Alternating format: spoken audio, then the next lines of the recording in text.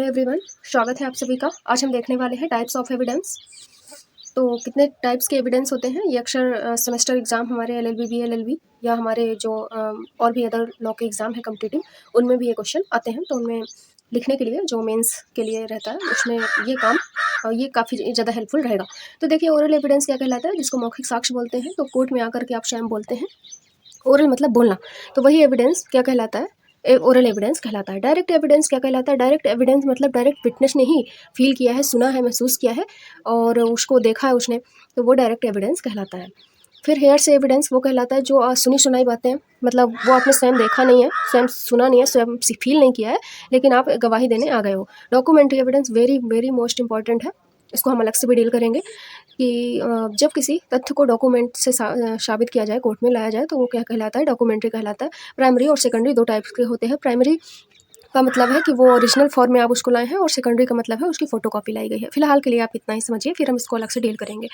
फिर है हमारा पांचवा इलेक्ट्रॉनिक एविडेंस। तो डिजिटल डिवाइस, डिजिटल रिकॉर्ड से प्राप्त एविडेंस इलेक्ट्रॉनिक एविडेंस कहलाते हैं, और हमारे जो नया कानून बीएसए है इसने इसी पे वर्क किया है। फिर रियल एविडेंस क्या कहलाते हैं, जो वस्तुएं कोर्ट में फिजिकली रूप से देखी जा सकती हैं, जैसे नाइफ हो गया, है ना, नाइफ हो गया, कोई भी जो फिजिकली रूप से देखा जा सकता है, वो कोई भी चिन्ह हो गया, तो वो सब क्या कहलाएगा, मटेरियल एविडेंस कहलाएगा। कोरोबरेटिव एविडेंस क्या कहलाता है, जो किसी अन्य एविडेंस को सपोर्ट करता है, वो कोरोबरेटिव या समर्थनकारी साक्ष्य कहलाता है। सब्सटेंटिव एविडेंस क्या कहलाता है, जो स्वयं किसी तथ्य को साबित करे, आई विटनेस ने सीधे आरोपी पे आरोपी लगा दिया, तो वो क्या कहलाएगा, सब्सटेंटिव एविडेंस कहलाएगा।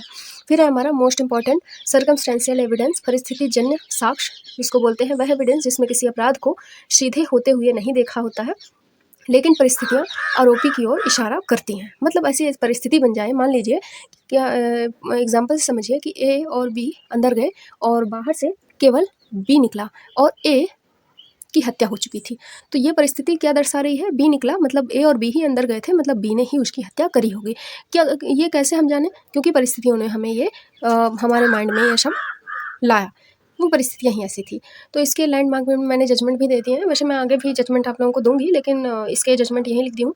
शरद वृद्धिचंद्र शारदा, इसका लैंडमार्क जजमेंट है। इसको मैं अलग से शॉर्ट वीडियो में डील करूँगी, क्योंकि इसमें पाँच फार्मूला दिए गए थे।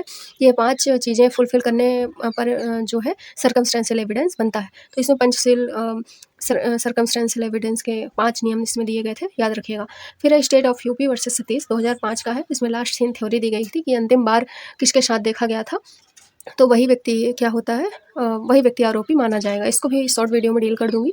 फिर हनुमंत गोविंद नरगाडकर और वर्सेस स्टेट ऑफ एमपी 1952 का जो जजमेंट है, ये सबसे पहले आया था। इसमें बेसिक प्रिंसिपल दिए गए थे सर्कमस्टेंशियल एविडेंस के।